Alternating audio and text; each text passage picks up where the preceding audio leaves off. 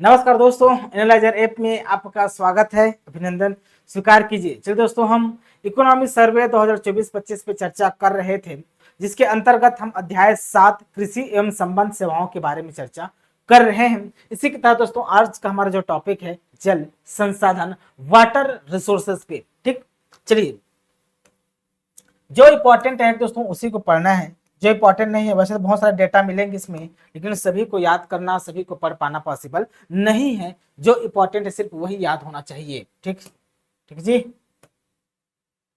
ठीक। देखिए इसी के तहत दोस्तों भौगोलिक विवरण एवं उपलब्ध जल में देखेंगे। भौगोलिक विवरण एवं उपलब्ध जल, तो ऊपर के डेटा को आपको याद नहीं करना है, ये नहीं पूछा जाएगा। ठीक, देखिए छत्तीसगढ़ आदिवासी बहुल कृषि प्रधान राज्य है। तो आदिवासी बहुल कृषि प्रधान राज्य है, याद होना चाहिए। राज्य में कुछ वृष्टि छाया प्रभावित खंडों को छोड़कर, अब कुछ वृष्टि छाया प्रभावित खंड हैं, ब्लॉक हैं, जैसे कवर्धा वाले क्षेत्र, राजनांदगांव कवर्धा वाले क्षेत्र, गोरला पेंड्रा मरवाही वाला जो बेल्ट है, मैकल श्रेणी वाला जो रेंज है, वहां पर कुछ वृष्टि छाया प्रदेश है। ठीक ना, तो उन क्षेत्रों को छोड़कर अधिकतम भाग जल संसाधन से संपन्न है। तो मतलब हमारे छत्तीसगढ़ में जल संसाधन से क्या है दोस्तों, संपन्न है। तो हमारा छत्तीसगढ़ जल संसाधन से क्या है, संपन्न है। चलिए इसी कड़ी में बात करते हैं। प्रदेश में विभिन्न स्रोतों से सतही जल मतलब सरफेस वाटर विभिन्न स्रोतों से, नदी हो सकता है, झील हो सकता है, ये क्या है, सरफेस वाटर है। नदी, झील, तालाब, ये सब सरफेस वाटर है, सतही जल है। ठीक ना, तो विभिन्न स्रोतों से सतही जल की मात्रा 48,296 मिलियन क्यूबिक मीटर है। मिलियन घन मीटर ऐसे लिखा हुआ है, क्यूबिक मीटर इसको बोला जाता है, इतना है। जिसमें से 41,720 मिलियन क्यूबिक मीटर जल उपयोग में लाया जा सकता है। ठीक ना, उतना जल उपयोग में लाया जा सकता है, यह याद रखना है। केंद्रीय भूजल बोर्ड के रिपोर्ट के अनुसार भूगर्भीय जल, अभी हम तक ऊपर का जो डेटा है यह सरफेस वाटर का डेटा है, सरफेस वाटर, सतही जल। अब बात करेंगे हम भूसतही जल मतलब भूजल। ठीक, केंद्रीय भूजल बोर्ड की रिपोर्ट के अनुसार भूगर्भीय जल की मात्रा 11,630 मिलियन घन मीटर है। अभी तक भूगर्भीय जल का लगभग 49.50% उपयोग में लाया जा रहा है। मतलब इतना अवेलेबल है, मतलब भूजल पे इतना जल ना अवेलेबल है, इसका ना 49.50% उपयोग में लाया जा रहा है। बोरिंग के माध्यम से, नलकूप के माध्यम से उपयोग में लाया जा रहा है। ठीक, प्रदेश के कुल 146 विकास खंडों में से, हमारे छत्तीसगढ़ में कुल 146 विकास खंड है। इस 146 विकास खंड में से वर्ष 2017 के आकलन के अनुसार 116 विकास खंड भूजल की दृष्टि से सुरक्षित श्रेणी में है। मतलब 116 विकास खंड में अच्छा खासा जल है, भूजल है, अच्छा खासा भूजल है, सुरक्षित श्रेणी में है, सेफ जोन में है। ठीक, इसमें से 24 विकास खंड ना आंशिक रूप से संकटपूर्ण है। आंशिक रूप से संकटपूर्ण, यहाँ जल की, भूजल की थोड़ा समस्या है, थोड़ा सा। ठीक, लेकिन 6 विकास खंड ऐसे दोस्तों जो क्रिटिकल है, एकदम क्रिटिकल श्रेणी में है, मतलब संकटपूर्ण स्थिति में है। ठीक, तो इसको भी याद रखना है। 116 अच्छे श्रेणी में है, 24 थोड़ा और अच्छे श्रेणी में है, तो सबसे क्रिटिकल सिचुएशन में कौन सा है, तो 6 विकास खंड। ठीक, चलिए आगे बढ़ते हैं। चलिए सृजित सिंचाई क्षमता को पढ़ लेते हैं। सृजित सिंचाई क्षमता, सिंचाई के मुख्य साधन जलाशय हैं, व्यपवर्तन है, एनीकट है, स्टॉप डैम एवं नलकूप आदि है। ये सिंचाई के क्या दोस्तों, मुख्य साधन है। ठीक, राज्य गठन के समय प्रदेश में निर्मित 3 वृहद सिंचाई परियोजना थी हमारे छत्तीसगढ़ में, 29 मध्यम सिंचाई परियोजना थी और 1945 लघु सिंचाई परियोजनाएं थी, जो कुल कितने क्षेत्र को सिंचित करता था, हेक्टेयर क्षेत्र को, तो दोस्तों 13.28 लाख हेक्टेयर में सिंचाई क्षमता सृजित थी।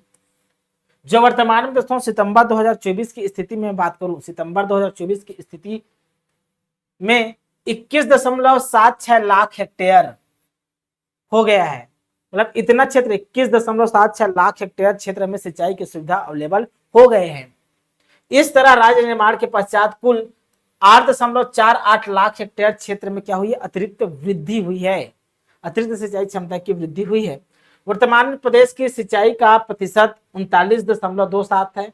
हमारे छत्तीसगढ़ में सिंचाई का प्रतिशत क्या है, तो 39.27%, 39.27% सिंचाई का प्रतिशत है। ठीक, आगामी वर्षों में राज्य के कुल बोए गए क्षेत्र का 75% अर्थात करीब 43 लाख हेक्टेयर क्षेत्र में से 32 लाख हेक्टेयर क्षेत्र में सतही जल से सिंचित क्षमता विकसित करने का लक्ष्य रखा गया है।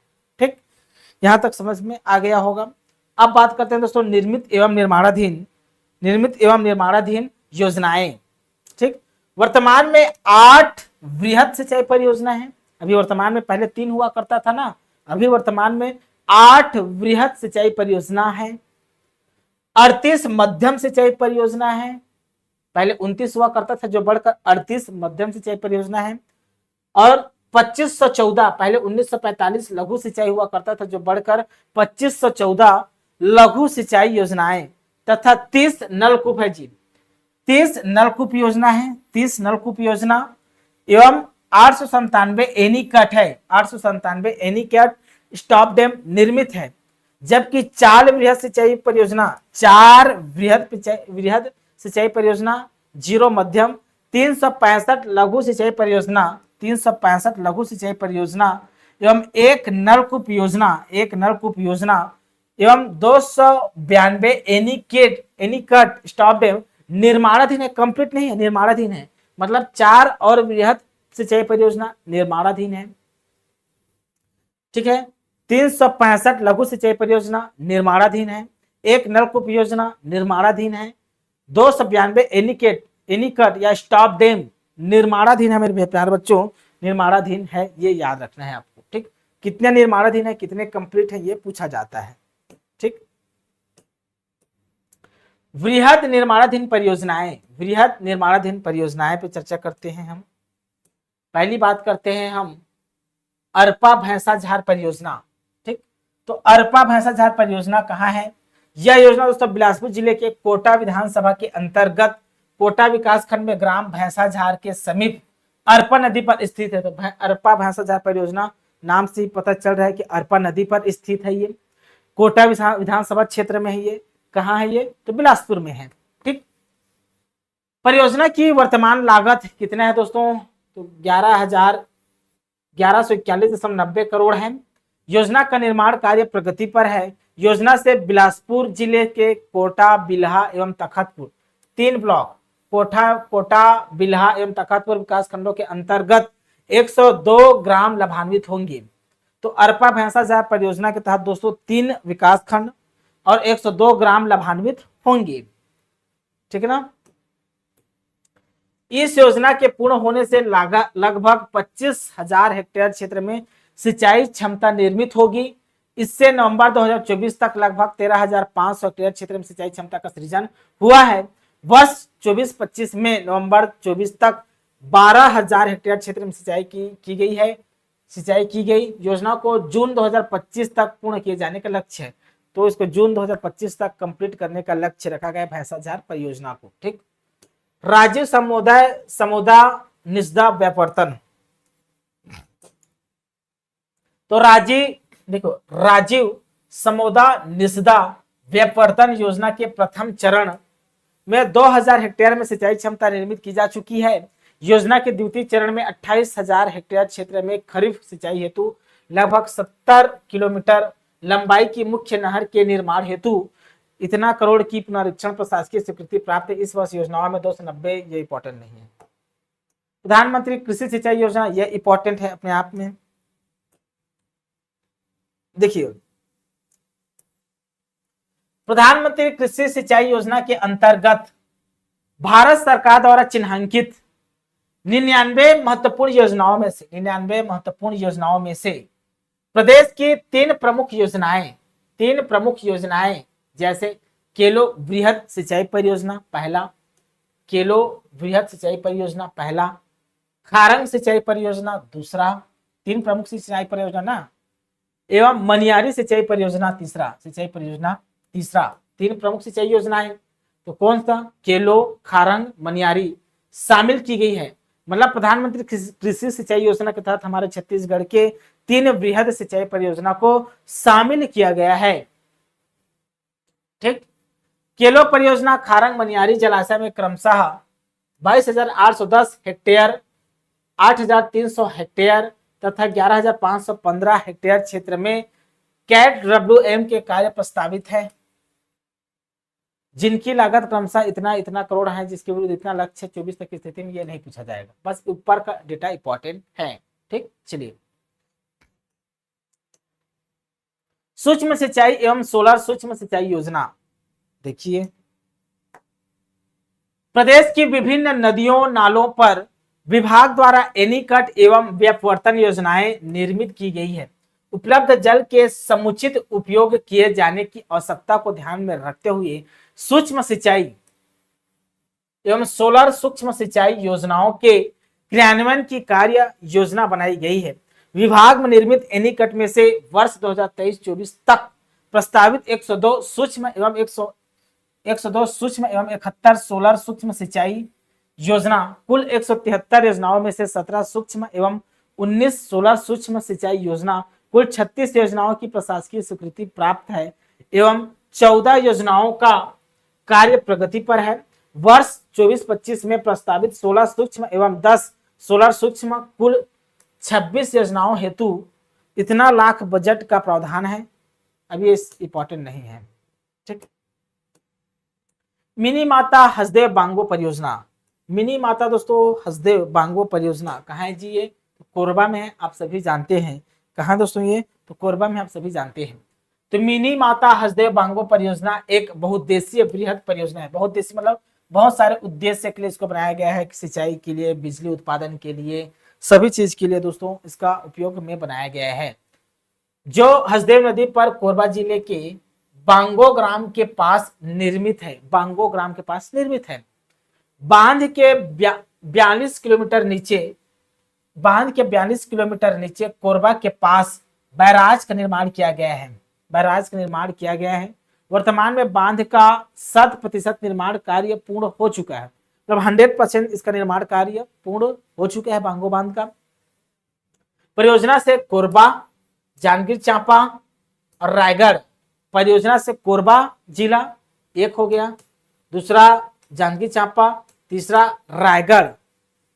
ठीक, तीसरा रायगढ़ जिले के लगभग, ये याद रखना है ना, जिले के लगभग 923 ग्राम, लगभग 923 ग्राम सिंचाई सुविधा से लाभान्वित हैं। तो 23 जिला 923 ग्राम सिंचाई सुविधा से लाभान्वित हैं। परियोजना की निर्मित सिंचाई क्षमता कितना है, तो इतना हेक्टेयर है, 2,47,616 हेक्टेयर खरीफ एवं 1,73,180 हेक्टेयर रबी, कुल 4,20,796 हेक्टेयर है सिंचाई क्षमता। इसको याद रखना है। परियोजना के अंतर्गत कोरबा जिले के 10,147 हेक्टेयर, जांजगीर चांपा जिले के इतना, इस सबको याद रखने की जरूरत नहीं है, बस ये वाला डेटा याद होना चाहिए, लाभान्वित है। ठीक ठीक, वर्ष 2007 से पूर्ण सिंचाई क्षमता हेक्टेयर एवं रबी में इतना निर्मित की जा चुकी है। बांगो जलाशय से औद्योगिक जल प्रदाय हेतु इतना मीटर तथा कोरबा नगर निगम को पेयजल के वार्षिक जल प्रदाय किया जा रहा है। ठीक, ये नीचे इतना ज्यादा इंपॉर्टेंट नहीं है जी। ठीक ठीक, देखिए वर्ष 2023-24 में बांगो परियोजना से खरीफ सिंचाई हेतु 2,47,400 हेक्टेयर सिंचाई का लक्ष्य रखा गया था, जिसके विरुद्ध अंतिम खरीफ प्रतिवेदन के अनुसार 23,08,961 हेक्टेयर भूमि में खरीफ सिंचाई एवं 37,239 हेक्टेयर भूमि में रबी, कुल 27,600 2,76,200 हेक्टेयर भूमि में सिंचाई की गई है। वर्ष 2024-25 में खरीफ सिंचाई हेतु निर्धारित लक्ष्य इतना इतना है। ये इंपॉर्टेंट। किलो परियोजना किलो परियोजना रायगढ़ शहर के 8 किलोमीटर दूरी पर रायगढ़ अंबिकापुर राजमार्ग पर ग्राम दनोट में किलो नदी पर प्रस्तावित है। तो किलो परियोजना कहाँ है जी? दनोट में है, ग्राम दनोट में ना। इस बांध के निर्माण से रायगढ़ एवं जांजगीर चांपा जिले, रायगढ़ एवं जांजगीर चांपा जिले, रायगढ़, खरसिया, सरिया, चंद्रपुर विधानसभा क्षेत्र के 175 ग्रामों की 24,396 हेक्टेयर भूमि में से 22,810 हेक्टेयर खरीफ की सिंचाई सुविधा के साथ साथ रायगढ़ शहर को पेयजल हेतु 4.4 मिलियन क्यूबिक मीटर तथा परियोजना से औद्योगिक मीटर है ना, औद्योगिक उपयोग हेतु इतना वार्षिक जल प्रदाय किया जाना प्रस्तावित है। परियोजना का निर्माण कार्य प्रगति पर है, जिसे जून 2025 तक पूर्ण कर लिया जाएगा।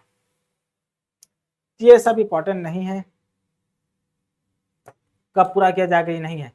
सिद्ध बाबा जलाशय का भीर्स एवं नहरों का निर्माण कार्य, सिद्ध बाबा लघु जलाशय योजना नवनिर्मित जिला खैरागढ़ छुई खदान में है ना। तो सिद्ध बाबा जलाशय कहाँ है जी? आपसे पूछा जाएगा। तो खैरागढ़ छुई खदान, खैरागढ़ छुई खदान गंडाई के तहसील एवं विकासखंड छुई खदान के ग्राम उरतुली के समीप लमती नदी पर प्रस्तावित है। योजना की प्रशासकीय इतना है, इंपॉर्टेंट नहीं है, अटल नगर दिनांक, ठीक, ये सब चीज है, ठीक। तो ये इंपॉर्टेंट नहीं है, जो डेटा है वही इंपॉर्टेंट है। पशुधन के बारे में पढ़ते हैं, जो एडीओ के लिए बहुत ही ज्यादा इंपॉर्टेंट है। पशुधन के बारे में पढ़ेंगे दोस्तों, जो अपने आप में एडीओ के लिए महत्वपूर्ण इंपॉर्टेंट है, ठीक है, महत्वपूर्ण है। देखिए, छत्तीसगढ़ राज्य के अधिकांश ग्रामीण परिवारों का मुख्य व्यवसाय कृषि एवं पशुपालन है, ठीक। तो अधिकांश ग्रामीण परिवारों का दोस्तों जो मुख्य व्यवसाय है वो कृषि एवं पशुपालन है आज भी, क्योंकि छत्तीसगढ़ में 70% लोग 70% कृषि पे निर्भर हैं, ठीक। 20वीं पशु संगणना अनुसार 1.59 करोड़ पशुधन है हमारे छत्तीसगढ़ में। कितने पशुधन है? तो 1.59 करोड़, 1.59 करोड़ दोस्तों हमारे छत्तीसगढ़ में पशुधन है जी, याद रखना है। 1.59 करोड़ क्या है हमारे छत्तीसगढ़ में? पशुधन है, नहीं भूलना है। तथा 1.87 करोड़ कुक्कुट एवं बत्तख पक्षीधन है। कुक्कुट मतलब मुर्गी एवं बतख है जी, 1.87 करोड़। आप कहीं तो मार के खा भी गए होंगे, लेकिन डेटा है ना 2019 के अनुसार। राज्य में देसी नस्ल के पशुओं की दूध उत्पादन की क्षमता में वृद्धि की दृष्टि से पशु नस्ल सुधार कार्यक्रम के अंतर्गत उन्नत नस्ल के सांडों के वीर्य से कृत्रिम गर्भाधान एवं उन्नत नस्ल के सांडों से प्राकृतिक गर्भाधान को बढ़ावा दिया जा रहा है। पशुधन विकास विभाग की विभागीय कार्यक्रमों योजनाओं का संक्षिप्त ब्यौरा निम्नानुसार है, ठीक। भागीदारी कितने हैं दोस्तों पशुधन का 2024-25 में? तो इतना है। वृद्धि कितना हुआ है? तो 10.2% का वृद्धि हुआ, 10.02% का क्या हुआ है? वृद्धि हुआ है, इसको नहीं भूलना है जी। जीएसडीपी में दोस्तों पशुधन का वृद्धि कितना है? तो 10.2% वृद्धि हुआ है। प्रतिशत हिस्सा में, शेयर में प्रतिशत कितने हैं? तो 1.77। हमारा जीडीपी के आकार में दोस्तों जो पशुधन है इसका हिस्सेदारी कितना है? तो 1.77% हिस्सेदारी है। और दोस्तों वृद्धि कितना हुआ है? तो 10.02% का क्या हुआ है जी? वृद्धि हुआ है, ठीक। चलिए आगे बढ़ते हैं। वही बात है, प्रतिशत वृद्धि को बताया गया है, ठीक। गौवंशीय एवं भैंस वंशीय पशु विकास, देखिए 20वीं पशु संगणना कब हुआ था जी? 20वीं पशु संगणना 2019 में हुआ था मेरे प्यारे बच्चों। के अनुसार राज्य में गौवंशीय एवं भैंस वंशीय प्रजनन योग्य मादा पशुओं की संख्या कितना है दोस्तों? तो गौवंशीय पूछेगा तो 36.75 लाख, 36.75 लाख क्या है दोस्तों? गौवंशी है, गौवंशी 36.75 लाख, 36.75 लाख है। 61 लिख के देंगे गलत है, 75 लाख है, गौवंशी है, ठीक है। गौवंशी एवं भैंस वंशी प्रजनन 36.75 लाख, ठीक। वर्ष 2024-25 में उन्नत पशु प्रजनन सुविधा हेतु कृत्रिम गर्भाधान केंद्र 22 है, 22 कृत्रिम गर्भाधान उपकेंद्र है। की संख्या है, अरे यार ये तो गलत हो गया, उन्नत पशु प्रजनन सुविधा हेतु कृत्रिम गर्भाधान केंद्र की संख्या कितना है? कृत्रिम गर्भाधान केंद्र की संख्या 22 है। कृत्रिम गर्भाधान उपकेंद्र कितने हैं दोस्तों? कृत्रिम गर्भाधान उपकेंद्र की संख्या 246 है। पशु चिकित्सालय कितने हैं? तो 363 है। पशु चिकित्सालय 363 है। पशु औषधालय 847 है। मुख्य ग्राम खंड कितने हैं? 10। मुख्य ग्राम खंड इकाई 98 कार्यरत हैं। तो ये डेटा को भी आपको याद रखना है, ठीक।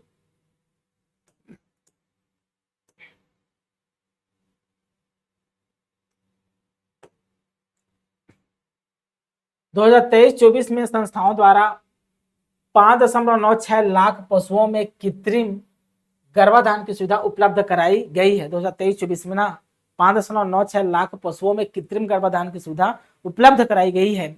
आलोच्य अवधि में कृत्रिम गर्भाधान से 1.9 लाख वत्सोत्पादन मतलब बच्चा उत्पादन हुआ है। 26.72 लाख पशुओं का उपचार हुआ है और 36.2 लाख पशुओं को औषधि प्रदाय किए गए हैं।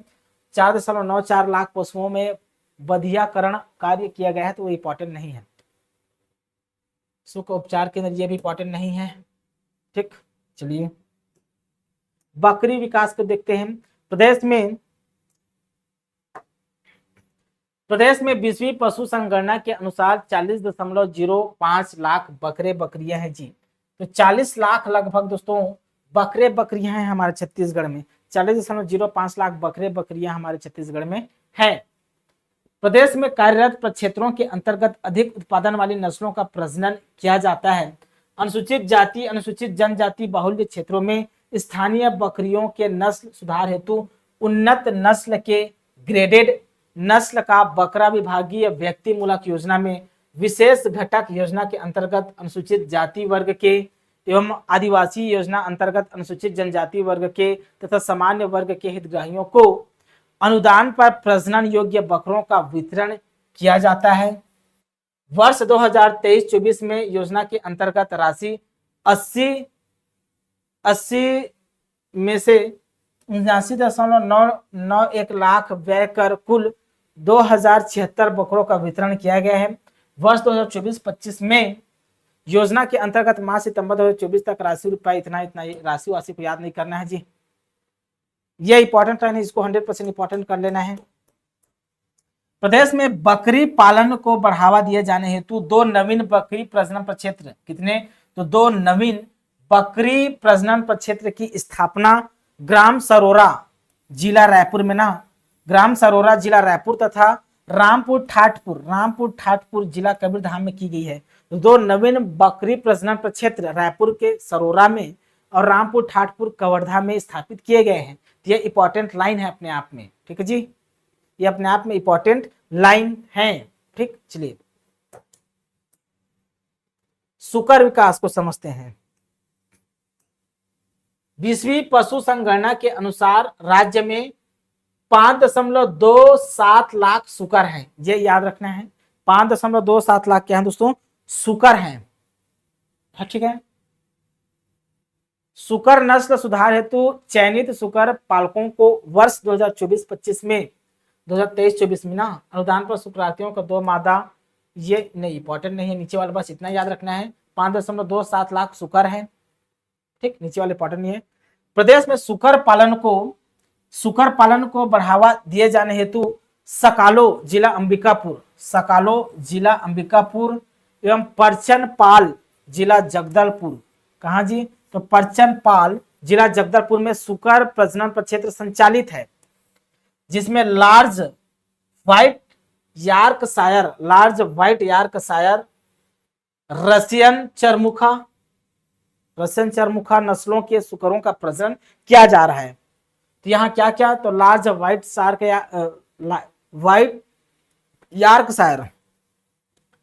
यार्कशायर रशियन चरमुख नस्ल के सुकरों का प्रजनन किया जा रहा है। कहाँ? तो परचनपाल में, सकालो में, ठीक। एक नवीन सुकर पालन प्रक्षेत्र की स्थापना कुनकुरी जिला जसपुर में प्रगति पर है। तो जसपुर में प्रगति पर है दोस्तों, ठीक। 100% अनुदान पर सांडों का प्रदाय 100% अनुदान पर सांडों का प्रदाय किया जा रहा है, इस पर भी चर्चा करते हैं।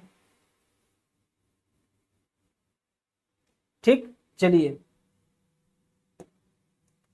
100% अनुदान पर सांडों का प्रदाय किया जा रहा है जी। सांड मतलब समझते हैं ना। तो प्रदेश में वर्ष 2006-07 से ना 2006-07 से पशु नस्ल के उन्नयन हेतु ऐसे सुदूर ग्रामीण क्षेत्रों में जहां कृत्रिम गर्भाधान की सुविधा उपलब्ध नहीं है, वहां पर ग्राम पंचायतों के माध्यम से उन्नत प्रगतिशील किसान गौसेवक को 100% अनुदान पर सांड प्रदाय करने की योजना प्रारंभ की गई है 2006-07 से।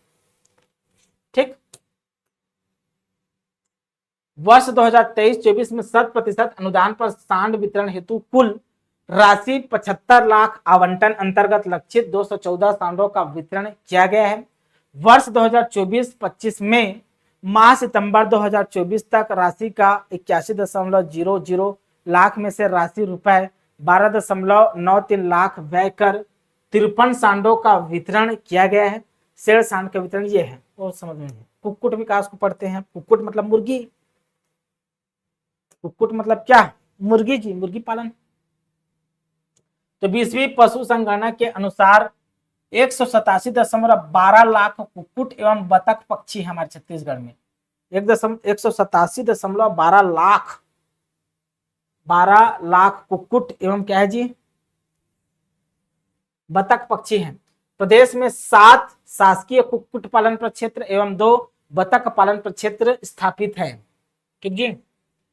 इन प्रक्षेत्रों पर उत्पादित रंगीन चूजों का वितरण बैकयार्ड कुक्कुट इकाई वितरण योजना के अंतर्गत आहार एवं औषधि सहित घर तक परिवहन पश्चात सभी वर्ग के हितग्राहियों को प्रदाय किया जा रहा है। नीचे वाला इंपॉर्टेंट नहीं है, ऊपर का बस इंपॉर्टेंट है।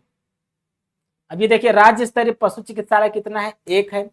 पशु चिकित्सालय कितने हैं दोस्तों? हमारे राज्य में 363 है। केंद्रीय वीर्य संग्रहालय कहाँ कितना है? तो 1 है। केंद्रीय वीर्य संग्रहालय संभाग स्तरीय कितना है? तो 4 है। केंद्रीय वीर्य संग्रहालय राज्य स्तरीय 1 है, संभाग स्तरीय 5 है। पशु औषधालय कितने हैं? तो 847 है। चलित पशु चिकित्सा इकाई कितने हैं? तो 27 है। राज्य स्तरीय पशु रोग अनुसंधान प्रयोगशाला कितने हैं? तो 1 है। पशु रोग अनुसंधान प्रयोगशाला कितना है? तो 16 है। पशु कुक्कुट प्रजनन प्रक्षेत्र कितना है? तो 16 है। कृत्रिम गर्भाधान केंद्र की संख्या कितना है? 22 है। कृत्रिम गर्भाधान के उप केंद्र की संख्या कितना है? तो 246 है। एम्बुलेटरी क्लिनिक कितना है? तो 8 है। मोटरसाइकिल यूनिट कितने हैं छत्तीसगढ़ में? तो 20 है दोस्तों। मोटरसाइकिल यूनिट हमारे छत्तीसगढ़ में कितने हैं? तो 20 हैं। मुख्य ग्राम खंड कितने हैं? 10 हैं। मुख्य ग्राम खंड इकाई कितने हैं? तो 98 हैं। ठीक,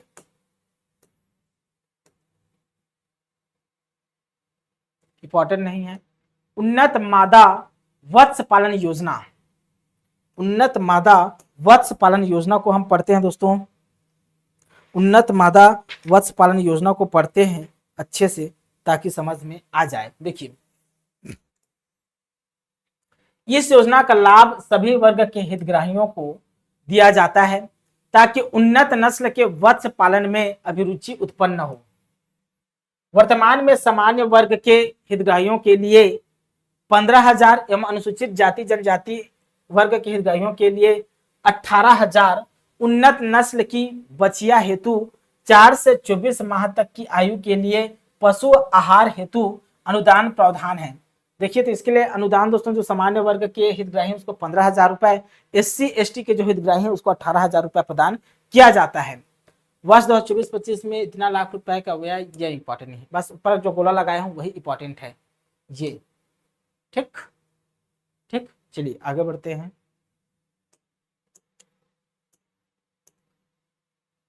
प्राइवेट कृत्रिम गर्भाधान कार्यकर्ता प्रशिक्षण योजना इंपॉर्टेंट नहीं है, ये हमको पढ़ना है। पशुधन मित्र योजना, पशुधन मित्र योजना, पशुधन मित्र गौ सेवक प्राइवेट कृत्रिम गर्भाधान कार्यकर्ता मैत्री। मित्र में कौन कौन हो सकते हैं? तो गौ सेवक हो सकते हैं, प्राइवेट कृत्रिम गर्भाधान कार्यकर्ता हो सकते हैं, तो कोई मैत्री हो सकते हैं। को जीविकोपार्जन एवं वार्ड में रुचि की निरंतरता बनाने हेतु पशुओं में टीकाकरण शिविर आयोजन में भाग लेने हेतु प्रोत्साहन राशि देने का प्रावधान है। वर्ष 2024-25 में योजना के अंतर्गत 330 लाख आवंटन हेतु, इतना लाख पाख को याद नहीं करना है बस। पशुधन मित्र योजना का उद्देश्य क्या है, बस यही याद होना चाहिए। शिविर का आयोजन करना, ये सब चीज है, ठीक है ना। ग्रामोत्थान योजना को पढ़ते हैं अब।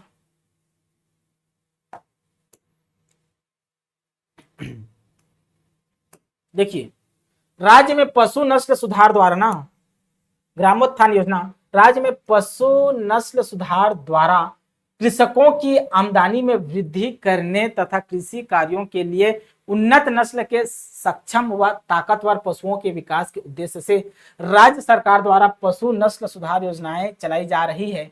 इस उद्देश्य की पूर्ति के लिए पशु पालकों सहित गरीब चरवाहों को भी पशुधन विकास और पशुओं पर आधारित आर्थिक गतिविधियों में शामिल करने राज्य सरकार द्वारा वर्ष 2006-07 से ग्रामोत्थान योजना प्रारंभ किया गया है। तो ग्रामोत्थान योजना दोस्तों पशुओं से संबंधित है, याद रखना है, पशुओं से संबंधित है, नस्ल सुधार से संबंधित है।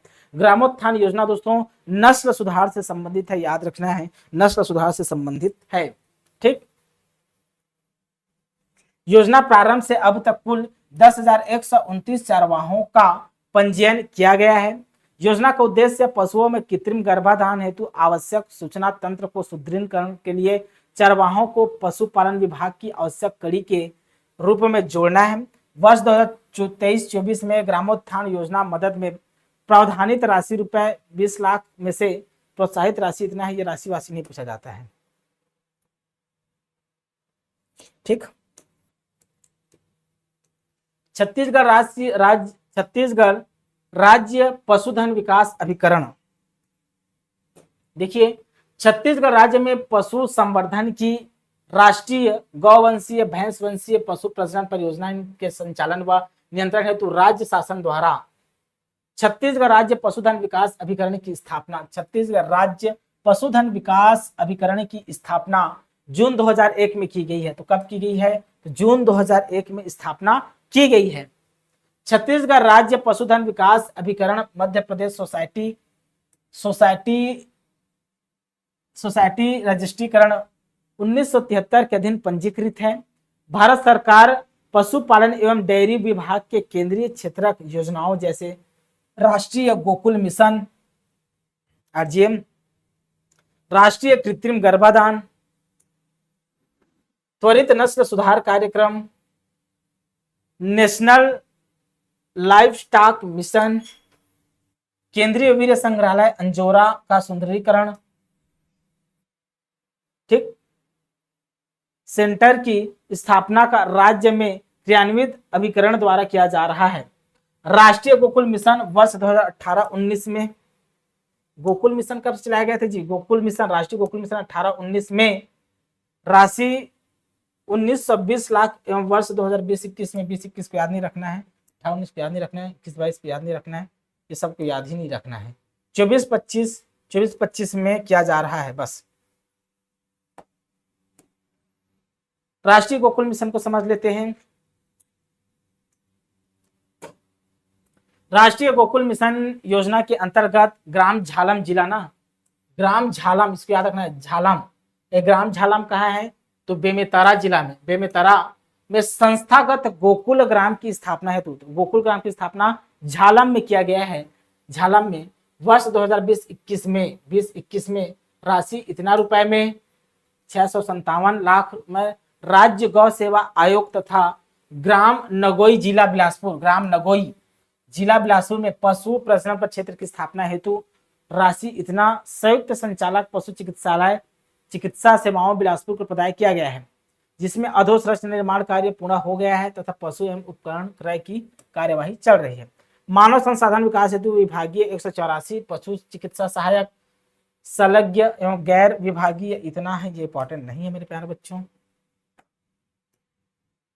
ठीक है। राष्ट्रीय गोकुल मिशन के accelerated breed improvement programme using sex sorted semen ABIPSS वर्ष 2022-23 से क्रियान्वयन किया जा रहा है। कार्यक्रम अंतर्गत सेक्स सॉर्टेड सीमेन से कृत्रिम गर्भाधान किया जाता है जिसमें 90% केवल मादा वत्स उत्पन्न होने की संभावना है। ठीक, अब ऊपर से नीचे का राशि है जो ज्यादा इंपॉर्टेंट नहीं है। राष्ट्रीय पशुधन mission, national live stock mission के अंतर्गत उद्यमिता विकास कार्यक्रम चलाया जा रहा है। भारत सरकार पशुपालन एवं डेयरी विभाग द्वारा 2021 से शुरू की गई नई योजना है। योजना के अंतर्गत हैचरी सहित ग्रामीण मुर्गी पालन, भेड़ एवं बकरी पालन, सुअर पालन, पशु चारा मूल्य संवर्धन इकाइयों जैसे साइलेज, फॉडर ब्लॉक और संपूर्ण मिश्रित पशु आहार क्षेत्रों में उद्यमिता विकास को बढ़ावा देने के लिए परियोजना की स्थायी लागत का 50% तक अनुदान का प्रावधान है। छत्तीसगढ़ द्वारा इतना ही, ये इंपॉर्टेंट नहीं है जी। ठीक, ये डेटा को आपको याद कर लेना है। ठीक, दोस्तों ये पशु नियंत्रण रोग है, खुरपका मुहपका होता है, इसको तो आप एडियो में पढ़ चुके होंगे। खुरपका मुहपका रोग, इसके साथ कोई खास डेटा नहीं, बस इसका कंसेप्ट कब से प्रारंभ हुआ ये बताया गया है। यहाँ से कोई खास डेटा निकल के नहीं आता है। जो खास डेटा निकल कर आएगा दोस्तों उसी पर हम चर्चा करेंगे। ठीक ना, पशु उत्पादन उपलब्धता, ठीक है, ये यहाँ पर खत्म होता है। कल से मत्स्य विकास, मछली पालन के बारे में पढ़ेंगे। जो आंकड़े होते हैं उस आंकड़ों को बता रहा हूँ दोस्तों। इसके तहत जो योजना दी हुई है उन योजनाओं को दोस्तों आप ग्रामीण विकास में या आप दोस्तों किसी आजीविका में पढ़ चुके होंगे, वही योजना जो इसमें दिया हुआ है। ठीक ना, आप चाहें तो ओरिजिनल दस्तावेज से एक बार रफली उन योजनाओं को पढ़ सकते हैं। ये ओरिजिनल दस्तावेज आपके पास होना चाहिए, वहां से भी पढ़ सकते हैं।